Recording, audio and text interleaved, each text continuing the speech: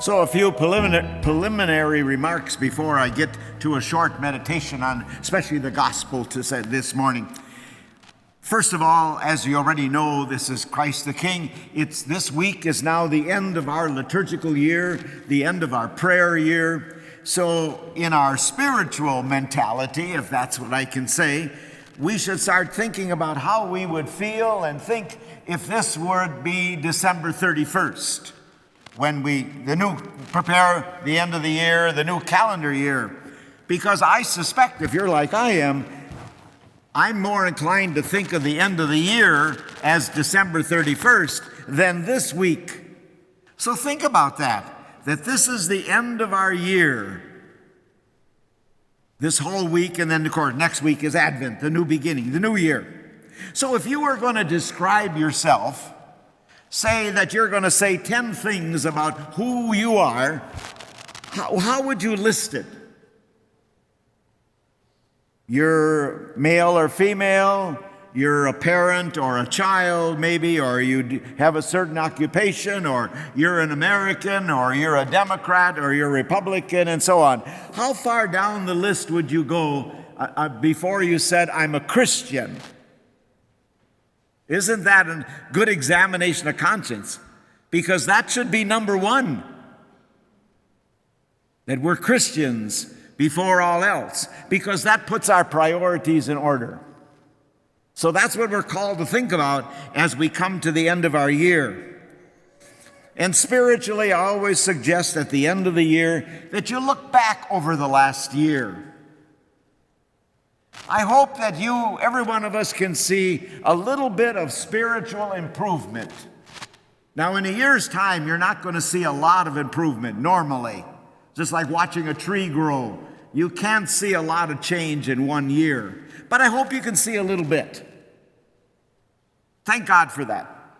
And then look back over the last year, as I mentioned at the beginning of Mass, at our penitential rite. Were there some mistakes?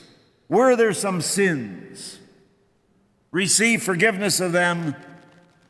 And when you look, it's good to look back, but don't stay back there. So many people spiritually stay in the past, and they beat themselves up because of past sins or failures. It's good to think about them occasionally, acknowledge them, but don't stay there. And then spiritually, don't look too far ahead. The future. We don't know what tomorrow will bring. We don't even know what today will bring. So spiritually, one of the greatest principles is to stay in the present, in the now. That's the only thing we have is right now. And that's what a lady last night told me after Mass. That's why they call it the present, because everything is a gift. And that's where we go spiritually. Now, these last couple of weeks, we've been in the 25th chapter of Matthew's Gospel. And Matthew gave us 3 parables and examples that we heard in the last couple of weeks. After this chapter in Matthew's Gospel, this was the last week before Jesus' death. So after this chapter, he doesn't speak publicly anymore. He just speaks to his disciples and privately to persons. And then, of course, we get into the Last Supper and his death and crucifixion. So 2 weeks ago, we heard the parable of the 5 wise and the 5 foolish virgins. And then I commented on the fact that I think the oil is nothing you can buy. Oil is what's inside of us. I can't give you that kind of oil. You can't give me that kind of oil. It only comes from the inside. Last week, we heard about the 10 talents, the 5 talents, and the 1 talent. And I suggested that the talents are not gifts, they are our burdens. If we can accept them and use them, don't bury them, for the good of others. Now today we heard, of course, what many people say is the last final test when we get up to before the pearly gates, if we're going to enter the kingdom. And normally when we hear those talents, we think about what that means for us and how we are encouraged to give to others, to give to those who are hungry or thirsty, they're strangers, naked, sick, and in prison. And I suspect most of us do that.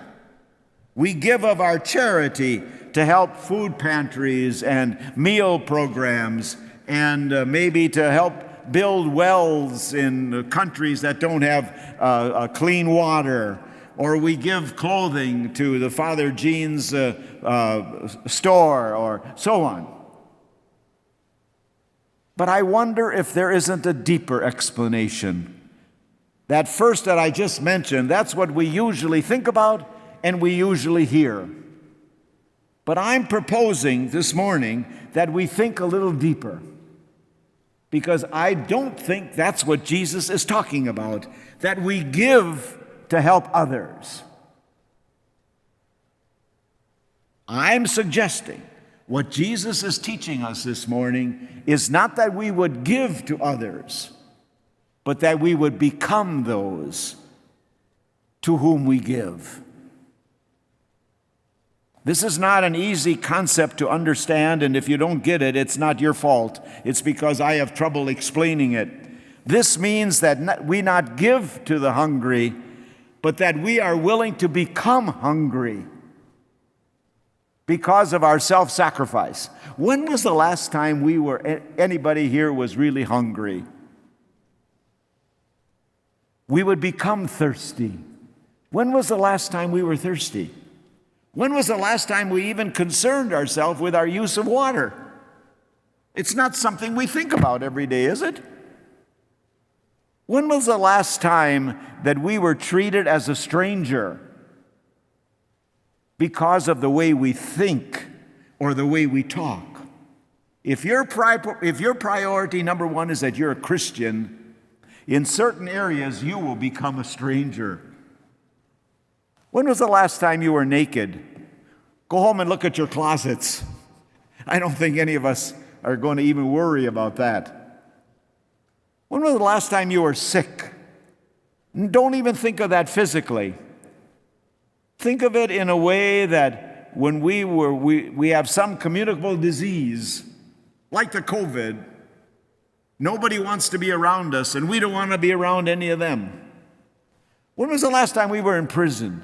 Again, don't think about bars. Think about the prisons we're in because of the way we think, our prejudices, our worries, our fear of others. I'm just questioning whether or not, instead of giving, as I said, to those who are in those areas, that we become that. That we become. Why? Because that's what Jesus did. Jesus didn't do it just so that we could admire him. He did it so we could imitate him. So don't just give, become. Thank you for watching this week's homily here at St. Elizabeth Ann Seton. We invite you to join us for liturgy any weekend that you might be in the area. You can contact us at mysaintelizabeth.com or on Facebook. Thank you very much.